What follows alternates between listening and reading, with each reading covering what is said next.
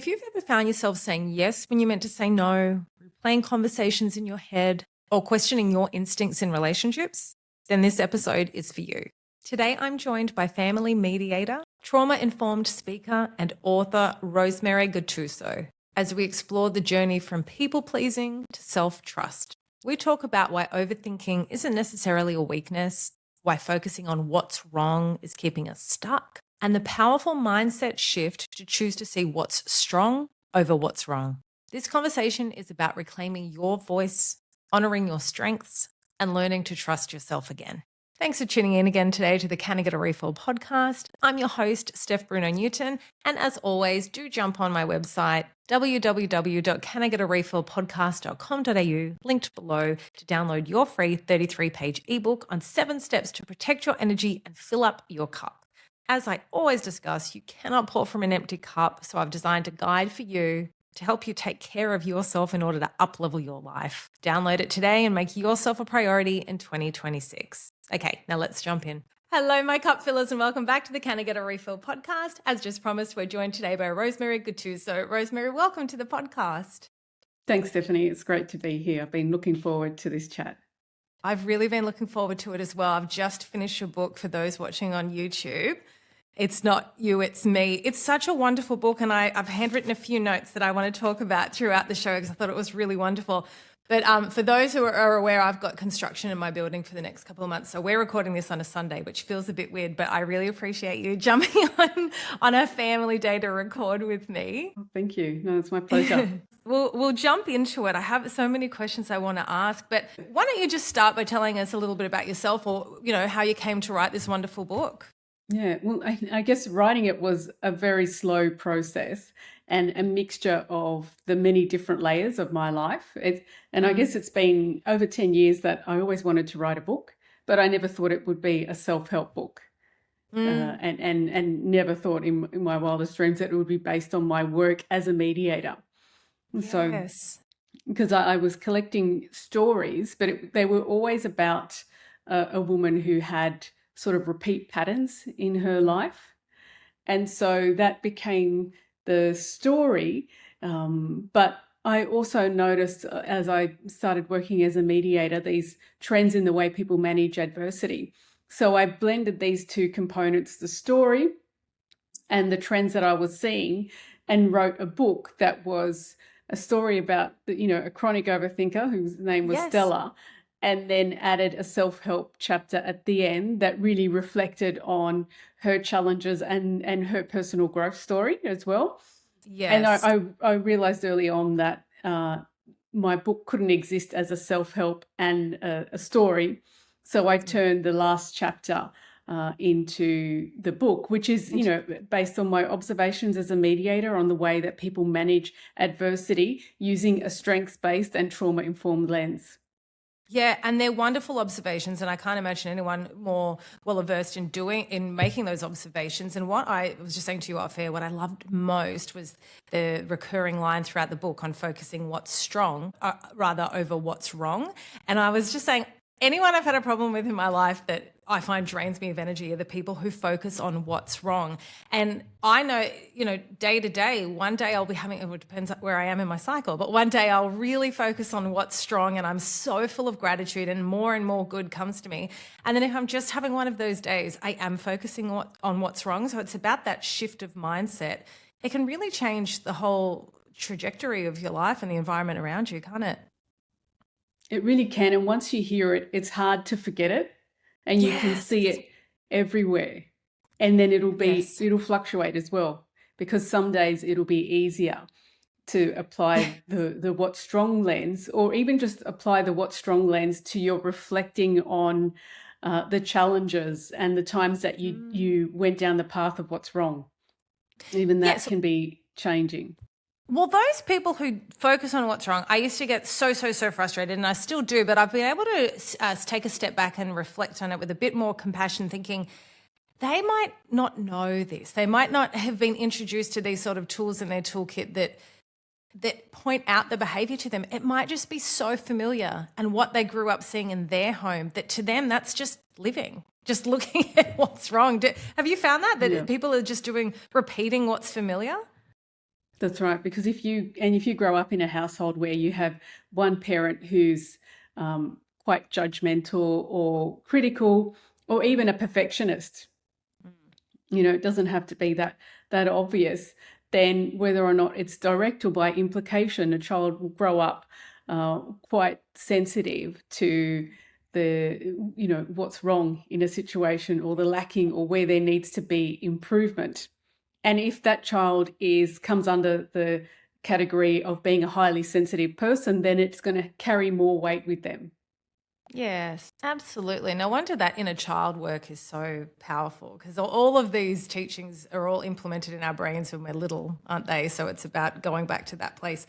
There's a quote, I want to read out a direct quote from your book. Our instincts have naturally evolved to be more sensitive to fear and pain than to pleasure and reward, which makes so much sense, but that's sad, isn't it? It's quite a sad observation. And if you think about it, when we have an experience, even if it's something pleasant, attending an event or a function, when we reflect on it, we'll reflect on the things that didn't go so well. And it might be only a tiny thing. Yes. But, and I guess as coming from an Italian background and being a weekend, I just keep thinking of, you go to a wedding and everything's beautiful and, you connect with people, you dance, you have fun and all that. But then you think, oh, the food wasn't that good, or there wasn't enough, or there's I laughed so hard when you first started talking, because I remembered my wedding. Look, I didn't want to do a big wedding. It's out of my comfort zone. But if I was a guest, I would have really enjoyed the wedding. It was very pretty. It was beautiful. And I remember saying to the people who ran it, it was pouring rain. I was like, there was a big orange mop. And all I can see in the video is this just big fat orange mop in the background. But at the time, it's dark. You're on so much champagne. I didn't notice it. But all I could see, and I focused on the freaking mop instead of the fact that everyone was smiling, everyone was dancing, everyone was having a wonderful time. But I focused on that, and that the MC didn't announce certain things, but I did. And why? Because I'm a perfectionist, and I wanted it to be perfect, and I wanted, it doesn't matter. And that's part of my journey, especially since becoming a mum, is allowing the mess and allowing sort of messy things and not perfect things, because that's the fun. Like, I'm finding that's where the fun is, and my house looks like shit compared to how it used to look, but I'm enjoying life more, allowing things to not be perfect. Yes. And I would, I guess, hypothesize that it doesn't feel as heavy. Yeah. Yes. Yeah. Because, I take my son to the library for rhyme time. It's like that free thing where they read out stories and do songs. And the librarian brings around a shaker for all the kids. And my son, for a few of the classes, was collecting everyone's shakers before they'd finished and putting them back in the box. And she looked at me and I went, I really should stop tidying up around him so much. So obviously fun, and he's seeing that normal behavior is keeping things neat and tidy instead of fun. That stopped me in my tracks, because, he doesn't even speak full sentences yet, but that's his observation of me. So I was like, wow, I don't want anyone thinking of me as the very neat person. I want to be fun. Like my husband's fun. He'll grow up thinking fun parent, neat parent. So yeah, it's really interesting. Kids hold up a really good mirror to you, don't they? They do. And it just goes to show how much they absorb and so observe, regardless of their development and where they're at. Hey, listen, while we're on the topic, I haven't even gotten into the questions I've laid out for you, but I do want to bring that up. You had something really wonderful in your book that I've been observing for years with people around me. I've known people in the past who have sort of stayed in marriages because they say for the sake of the kids, but they might hate each other, the parents, and be in separate bedrooms or whatever. And you talk about the impact on the child of parents who argue with each other. So what the children are witnessing. Can you just touch on that a little bit, and what sort of impact it has on kids when parents are not physical with each other, because that's very, very dangerous, but even just those narky comments with each other. Yeah, and it's less about those comments and those interactions and more about whether or not it's resolved respectfully or how it's resolved. Yes. Because conflict is a normal part of being in relationships. It's more about how we manage it and what messages that's giving to the young ones observing.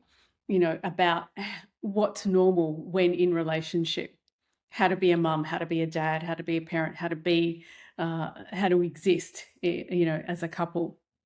And so that's where, we're learning from our experience, and also learning not just about how to interact with others when we do have our own relationships, but also how we should respond to our environment. Because everything that we do, our behavior, is really a reflection of our early experience, because our behavior is really an adaptation to that experience. So if we're learning that one of our parents who we rely on completely for our survival needs to be pleased all the time, then we learn from a young age to put aside our own needs to focus on the needs of another.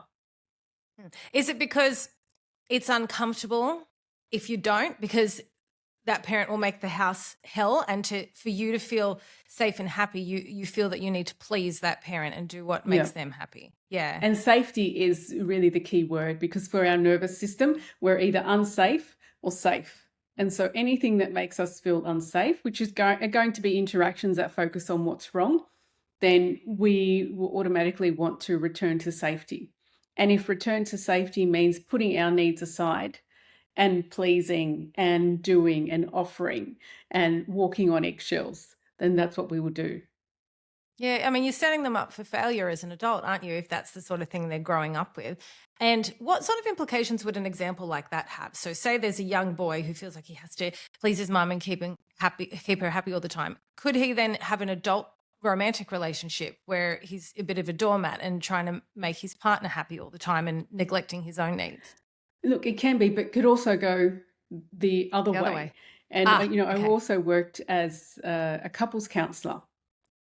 And so I saw, one specific example many years ago where a client said, that one of their grandparents was really a doormat, in the relationship, and they didn't want to be like that. And so they were doing the exact opposite. You go one way or the other. Yes. I watch a lot of true crime docos on Netflix and stuff, and I find that's a very common thread with men who are abusive towards women, whether it be physically, sexually, or whatever. Many times, it's that they had an issue with their mother, and it's like they're punishing, and they might even choose women who looked like their mother.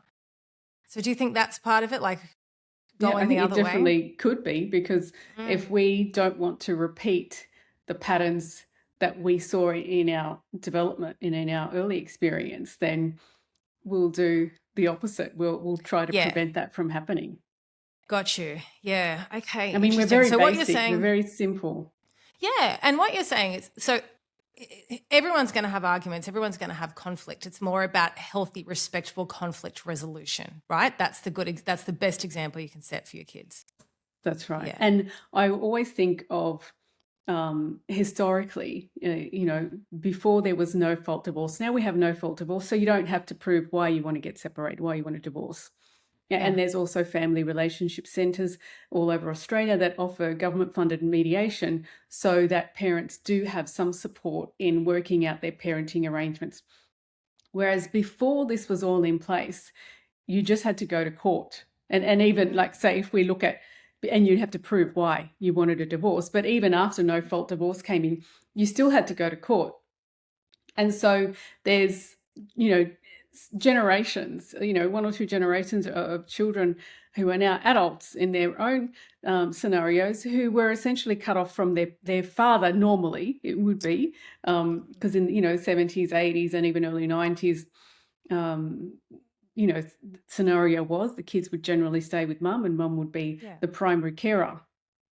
And because there wasn't a system, and there wasn't a system because, I guess it wasn't seen as necessary at the time. I don't know.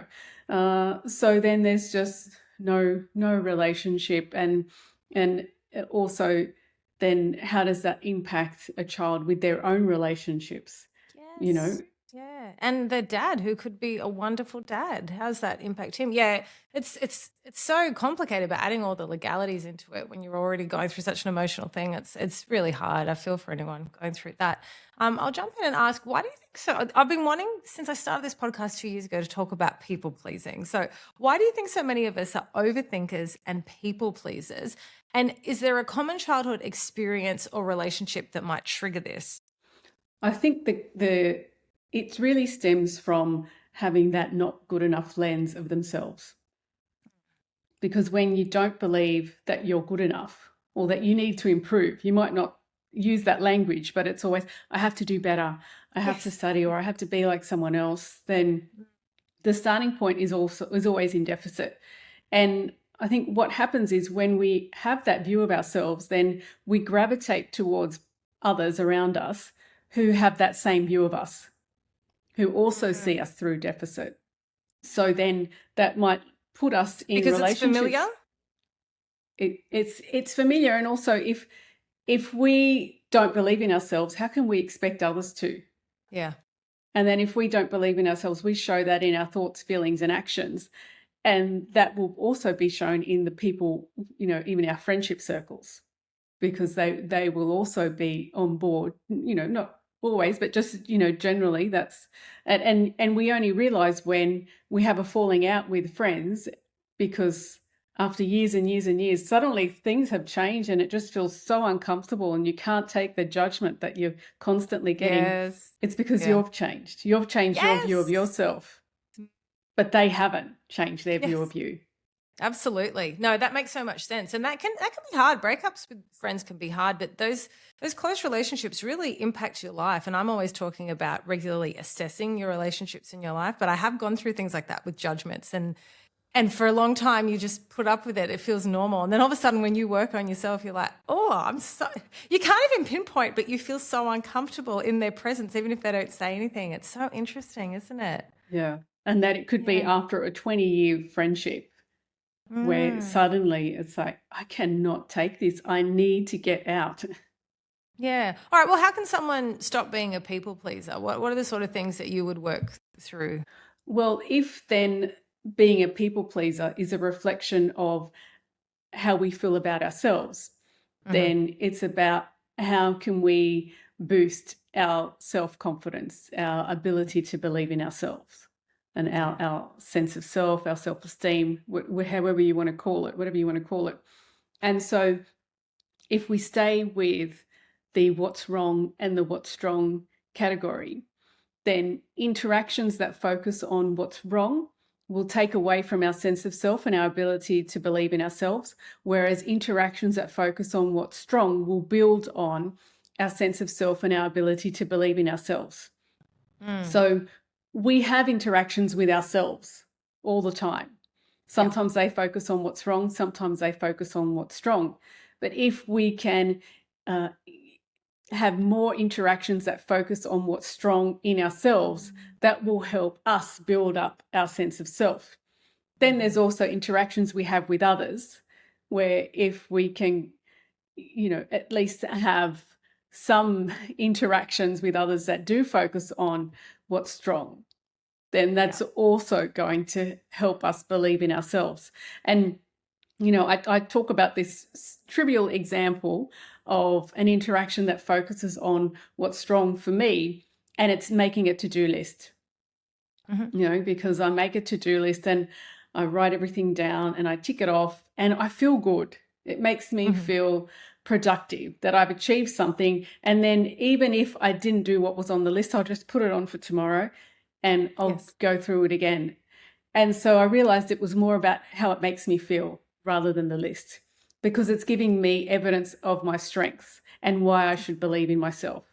So and everyone will have their own habit or routine that can help build on their strengths or show them their strengths. That's, just one that really resonates with me. It can look different for everyone. That's true. But what you talk about with the relationships is so true, because I'm always harping on about the relationship with the self. That I think that's where you start. That's the foundation before you can build those healthy relationships with others. But, the statistics are showing how much of an impact community has on you. Like even something like having certain amount of hugs per day can lengthen your life. So it's very important to have those healthy relationships with others. But that's why picking your tribe is so crucial, and having people around you who criticize you, shame you, guilt trip you.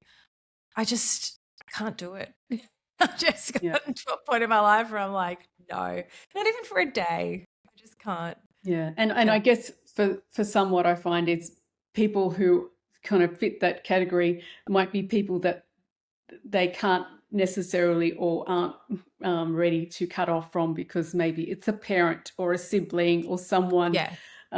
So that's where the sense of self and the ability, boundaries, yes, but and also everything else that, all the other interactions that you're having with yourself and with others are going to be super important then as well, to be able to manage. Yes. Because what I found is that the more we believe in ourselves, the easier it is to then manage those interactions with people who don't believe in ourselves, who don't believe in what we want to do, who say, that's not going to work. That's a stupid idea. Why do you want to do that? Okay, nail on the head, because I always would just be very reactive. And if people would just, push my buttons, I would just react so much. But the more I work on myself, the more I'm able to just take a beat, take a breath, and either, if it's a text, reply tomorrow when I've calmed down, or just go, this isn't me, this is them. And just sort of like that. Do you find that it's not linear? Because I find that I'll be, improving and feeling so great, and people don't trigger me, and then something will happen, and then I catch myself either going into the people pleasing or the self-criticizing.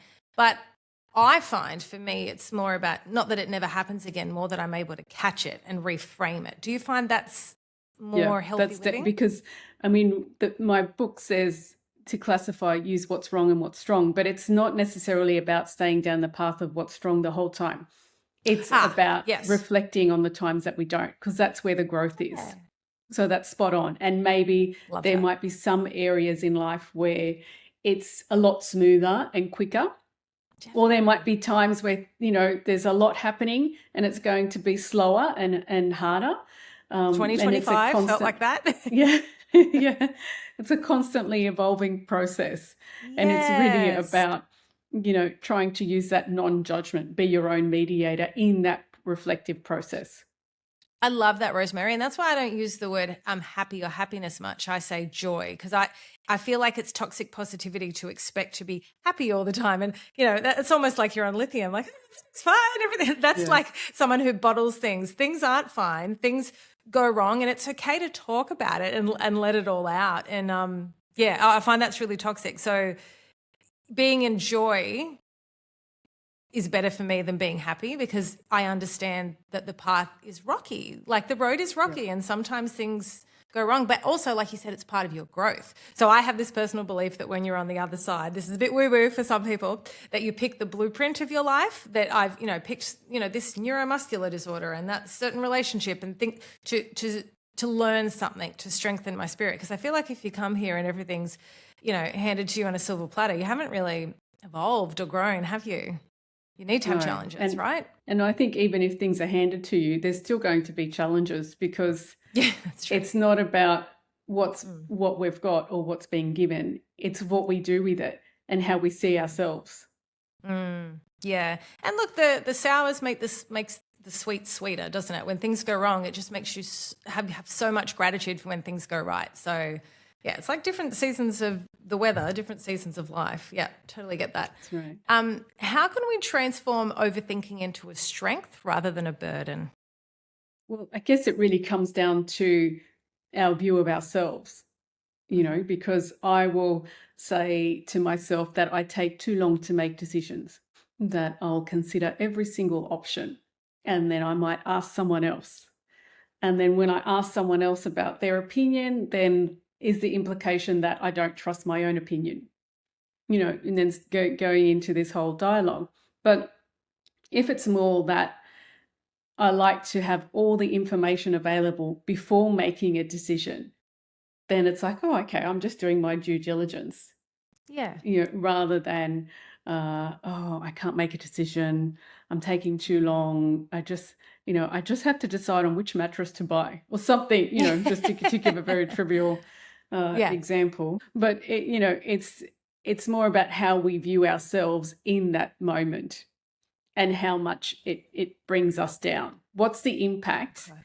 Because I'll go take a step back and give you my definition of overthinking. That overthinking is an analysis of a situation that focuses on what's wrong. Whereas reflection is an analysis of a situation that focuses on what's strong. So if you can do one, you can do the other. It's just about shifting where the focus falls. Oh, I like that. And when we are in overthinking. I feel like your example about the mattress thing, that's something where you would overthink because you want to make the right informed decision. But when I hear overthinking, I think more someone said something about me and then the whole drive home, I'm replaying it in my head. So for something like that, how do we reframe the overthinking there? So sometimes it's just about the awareness that every single thought in our head focused on what's wrong. Sometimes that can be enough to kind of stop us.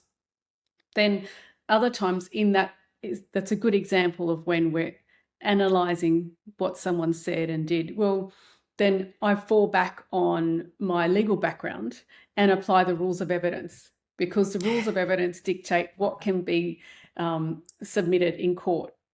And so if it can't be submitted in court, then perhaps why are we spending so much time on it? So it has to be something that could be verified by a witness or a person.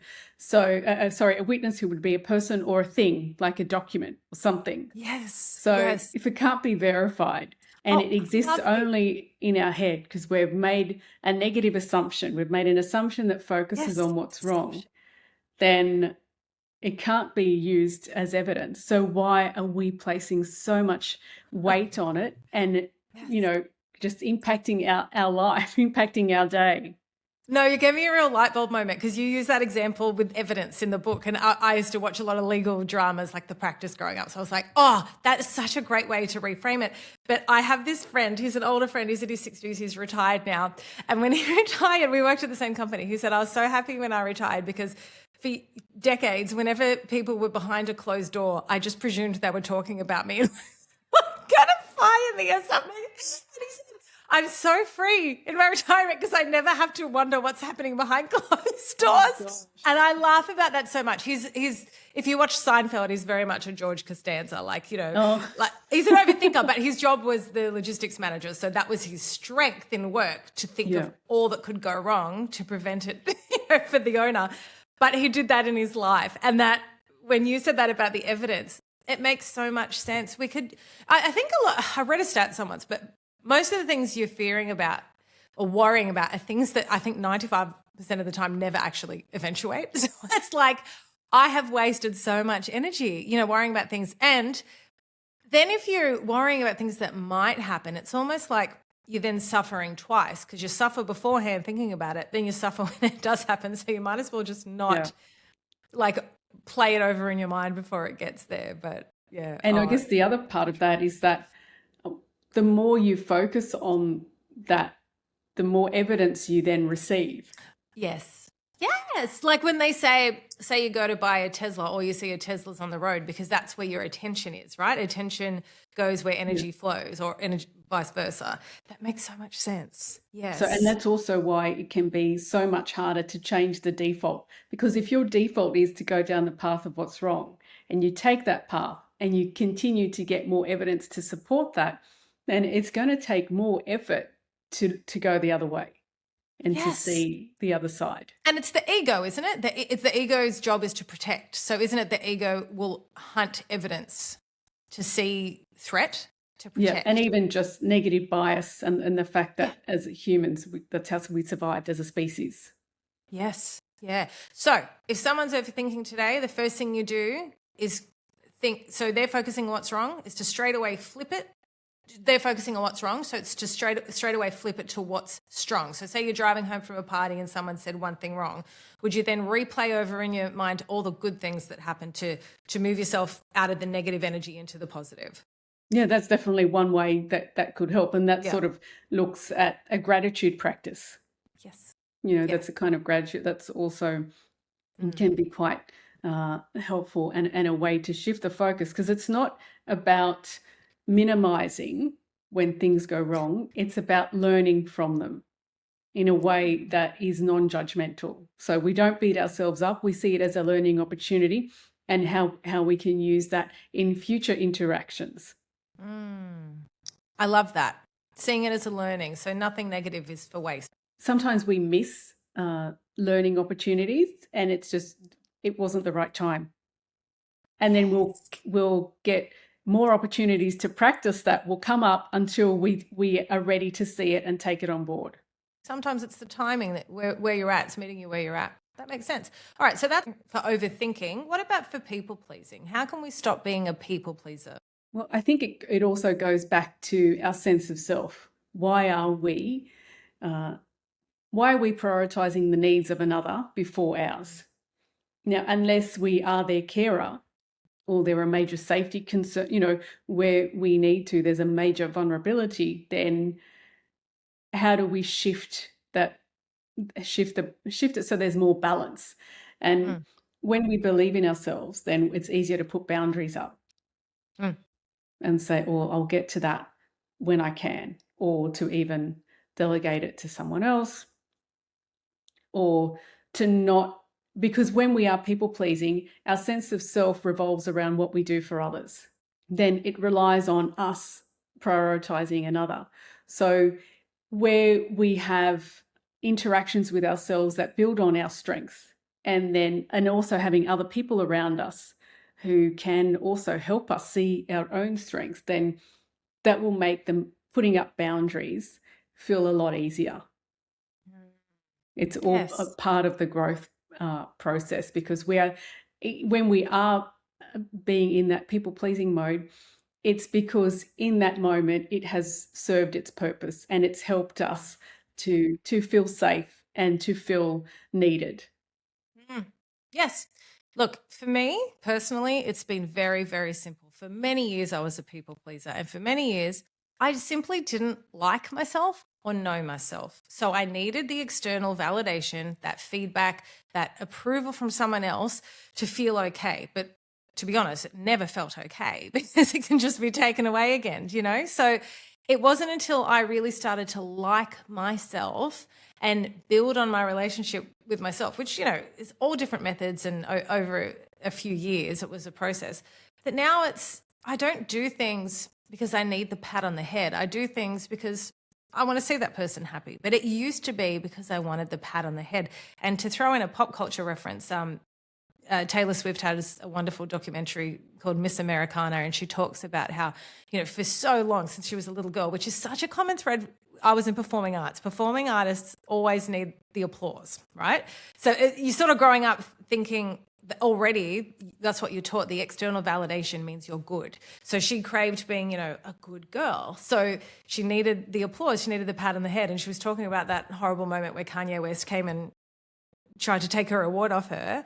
And everyone was booing him, but she thought in that moment everyone was booing her. And she's standing there. And that's when she just broke, because she's like, I spent my whole life, just wanting to get that applause and be told I was good. So when I thought I wasn't, I didn't know who I was. So I just think it's such an interesting journey, the journey into knowing the relationship with yourself. And that was, for me, that was the only way to stop relying on that validation from others. And I wouldn't classify myself as a people pleaser anymore. Occasionally an overthinker, but I wouldn't say I'm a people pleaser anymore. Oh, yeah, that's a great example and story, because that's really what it comes down to. It's our relationship with ourselves, and the way we interact with others is a reflection of that. Yeah. And it's very freeing when you've realized I don't need it.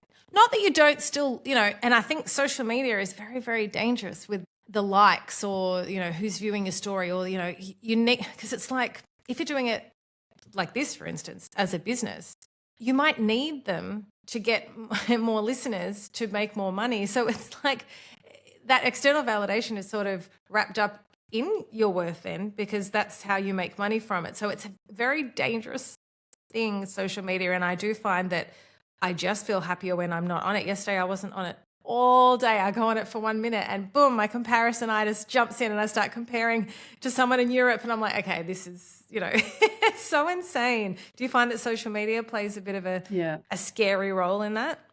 Yeah, because social media can give us evidence of what's wrong with ourselves and what we lack and where we need to improve and change.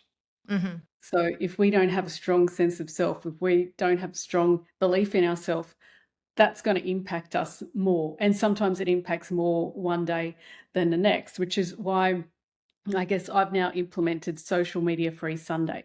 So I don't Yes. access any social media. I don't post, just to, It's like a Sabbath day. yeah, to Yeah, have it's that. And nice. I realized that social media was stealing a lot of my time. And I mean, joy. I was facilitating it, I was allowing it, Yeah, and that's what yeah. it's designed for. It's designed to get your attention and keep your attention. Oh, yeah. That's why I'm always saying Mm, it's not you. These are multi-billion-dollar companies, and they literally created something that makes you get your attention. So it's not your fault. We're just victim to this yeah, huge. All these people who make these like phones and have the social media, they don't let their kids go on them. So I think, like that's a right. drug dealer never uses their own drugs. Like, I think there's something Yeah, in that. it's crazy, isn't it? I just want to quickly touch on something. I've got a blog out at the moment talking about when you feel excluded from peers, right? And I feel like even though I've gotten older and I've worked on myself so much, there's a biological thing that, in cavemen days, if you weren't part of the tribe, you didn't survive. It gave you shelter, it gave you food, procreation, whatever. So I feel like there's something. I had a really good chat with a male friend a week ago who said the same thing. So it's not even a female thing. I know two males that feel the same if they see friends get together and they weren't included. And social media can highlight that now, because years ago, if people got together and didn't include you, you didn't know, right? So I understand that it's not good to rely on that external validation, but do you find that that's something that everyone would have in them, that innate feeling to feel included, because years ago if you didn't survive? Do you find that that's just built in? It is, and also biologically, we can experience social pain, which is very Okay. similar to physical pain, and that includes Ah, any time you feel excluded. it's a horrible feeling. So it's a It pain where, hurts. Mm. and for the brain, it's almost triggering the same wiring as physical pain.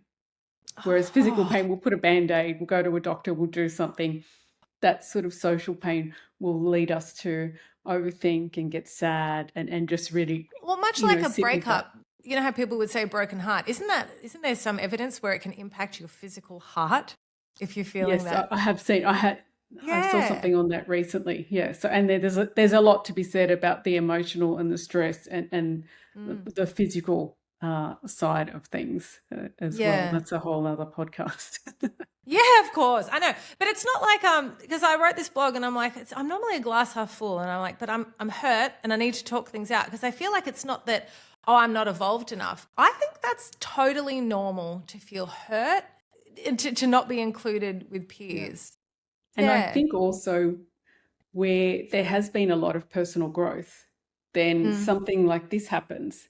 Ah, It kind of brings you pulls us back. back in time. Yes, I felt regress. And I said that. You feel like the lonely girl in pigtails. And I had this flashback to in kindergarten. There was this girl that didn't end up going through primary school with us, but I'm sure I remember this. She had a party and invited every single student except me. And I don't know whether I've made that up in my head because I was 5 or 6, but the fact that my gut went straight back there, I think that did happen. And I'm like, see how Yeah. traumas can be living in you and you're not aware of it. And one thing happens and boom, the pain comes straight back up. But yeah, it's a funny thing. It's an interesting thing. And I see it a little bit lately because, as I said, with social media, you wouldn't have known years ago if people got together without you. And now it's just, you see those photos and it hurts. It really hurts. And I don't think there's any personal work I really have to do to get past that. I think it's just sort of understanding that that's how we're wired, and Yeah. try and That's have right. boundaries, And then I guess. also, how long do we stay there in that Yeah. moment? Yeah. Okay. That's what Because I wrote in my blog. yeah, I said, you won't hear me talk about it after today, even though I did reference it just now, because I'm like, okay, I've named it, the pain, I've sat in it, uncomfortable, and now I'm just releasing it. Hope everyone's well, but don't want to know about it. whereas in Interesting. the Anyway, past, it might have been something that you stayed with for much longer. dwelled And that's what for the sure. growth is, even, with the what's Okay. wrong and the what's wrong. It's not necessarily about staying on what's wrong, but reflecting on the times that we didn't, and that hopefully that time frame gets quicker and quicker. And maybe for Okay. other areas, it's Right. harder because we have areas of our lives that propose a heavier struggle Yes. based on our experience, our nature, whatever it is. It doesn't matter.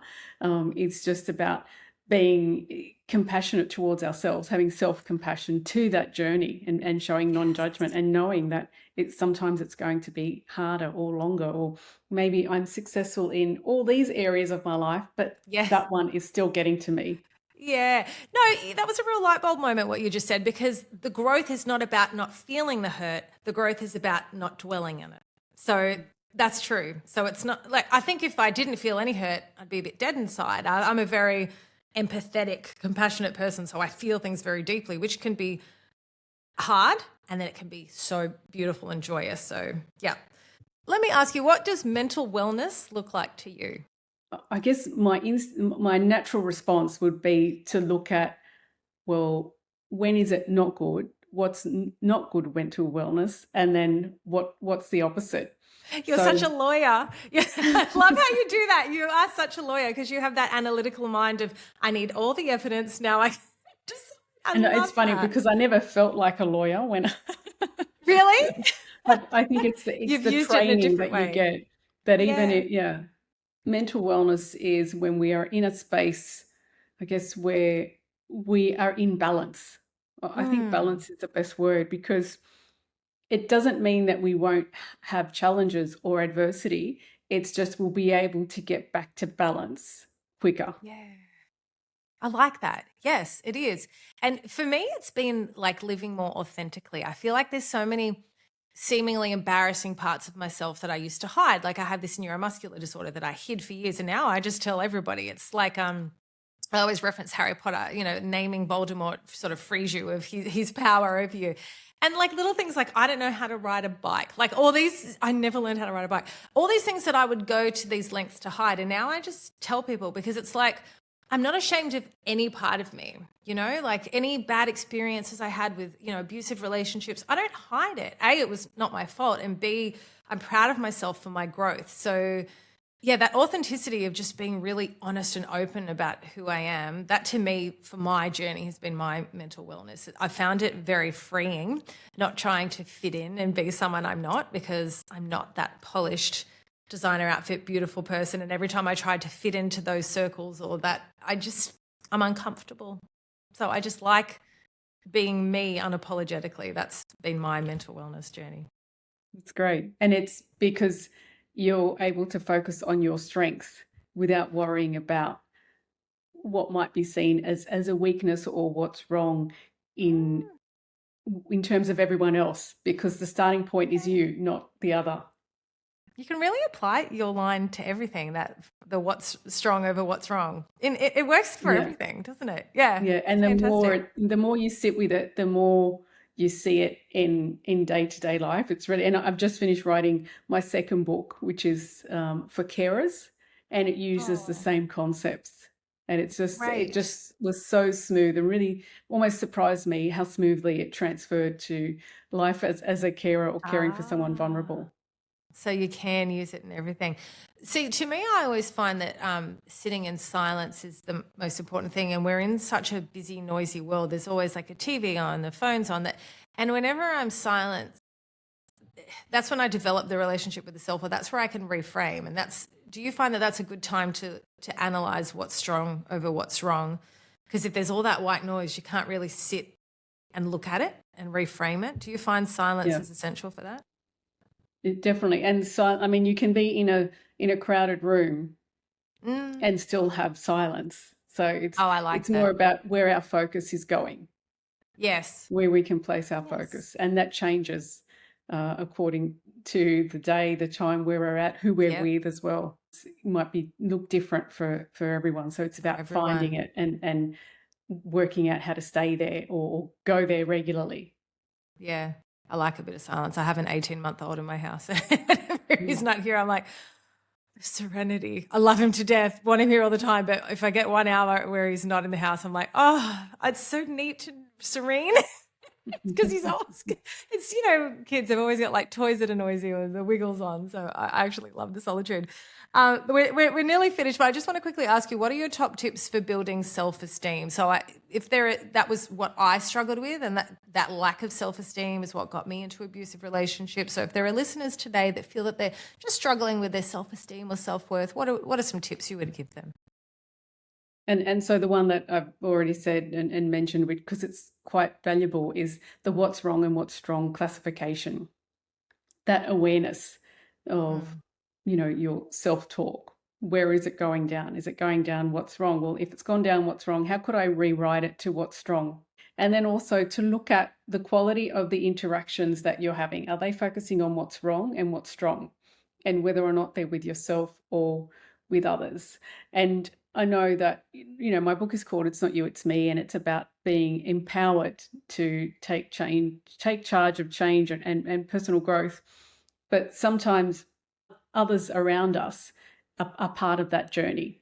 Yes. You might remember a teacher or someone significant who you always walked away from feeling good. And they've always supported you and they didn't show judgment. So those types of people can also help, especially when the sense of self is quite low. And I always refer to my own journey when I first started as a mediator in a strengths-based organization. It was the first time in my career that the focus was on my strengths and not on my weaknesses and where I needed to improve. And that really blew me away. And so the more that my manager showed me my strengths and not just directly, but by the work that she gave me, then it helped me to see it in myself. And then the more I saw it in myself, the more I practiced it. And the more positive reinforcement is like gold to me. And the same, if I ever had, sort of leaned to being a people pleaser in the past, whenever I've had bosses who point out, that's why you should, when you're giving feedback, do that compliment sandwich. Start with what someone's doing great and then end with how you can sort of fix something that's not as great. But whenever I've had positive feedback, I work my ass off after that because I'm like, it reinvigorates me. Like people see that I'm doing something well, whereas negative feedback would make me sort of go into a little hole. So It is so important, isn't it, to have those people around you that have positive reinforcement. And at that point in time, it just carried so much more weight because my belief in myself was just so low. Yeah. So I'm not saying we need to rely on others, but sometimes that helps sort of with the snowball effect because then we believe it. Yeah. No, community is important and it starts with yourself. That relationship with self is the foundation, but all those other relationships are impacting your life. So it's very important to assess who's in your life on a regular basis. I completely agree. That's wonderful tips. This podcast is all about filling up your cup. So what's something you'll be doing for yourself in the next week to fill up your cup? Well, I will be connecting with friends who I haven't seen for a while. That's just where it's always just really easy and fun and just feels like it hasn't been months. It just, I love those friends just where works. that time gap means nothing. I love those kind of friends. Oh, how lovely. Well, you enjoy that. You enjoy your time with your friends. Thank you so much for your words today. I think it's been really helpful for everyone, and I'll link everything in the show notes for your book, and I'm excited to hear about the new book that's coming out as well. Thank you so much. It's been great connecting with you. Thank you so much, Rosemary. And everybody, please do something in the next week to fill up your cup.